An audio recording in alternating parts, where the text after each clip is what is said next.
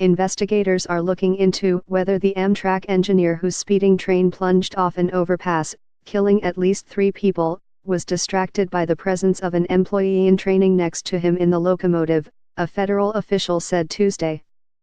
The official, who was not authorized to discuss the matter publicly and spoke on condition of anonymity, said investigators want to know whether the engineer lost situational awareness because of the second person in the cab.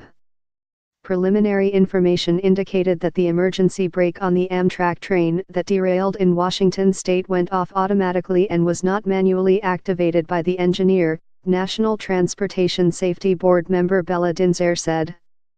The train was hurtling at 80 mph, 129 km per hour, in a 30 mph, 48 km per hour, zone Monday morning when it ran off the rails along a curve south of Seattle, sending some of its cars plummeting onto an interstate highway below, Dinzer said, citing data from the locomotive's event recorder.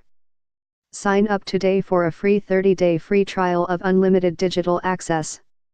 Skid marks, so-called witness marks from the train's wheels show where it left the track, she added.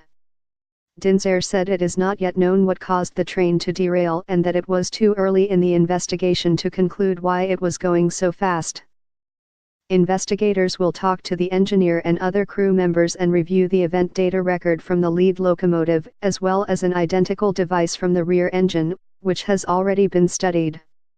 Investigators are also trying to get images from 2 onboard cameras that were damaged in the crash, she said. There were 2 people in the cab of the train at the time of the crash, the engineer and an in-training conductor who was familiarizing himself with the route, Dinzer said. A second conductor was in the passenger cabin at the time of the crash, which is also part of the job responsibility, she said. In previous wrecks, investigators looked at whether the engineer was distracted or incapacitated.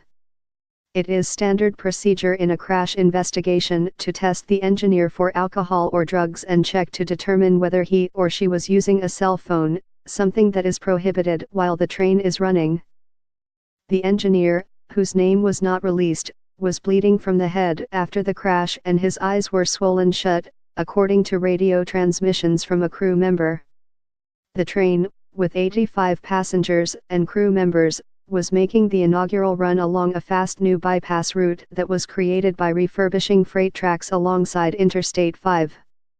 The 15-mile, $180.7 million project was aimed at speeding up service by bypassing a route with a number of curves, single-track tunnels and freight traffic. Investigators were also looking into what training was required of the engineer and other crew members to operate on the new route, said Ted Turpin, the lead NTSB investigator of the crash. That includes assessing the training process and how much time the workers were required to spend on the trains before they shuttled passengers, he said.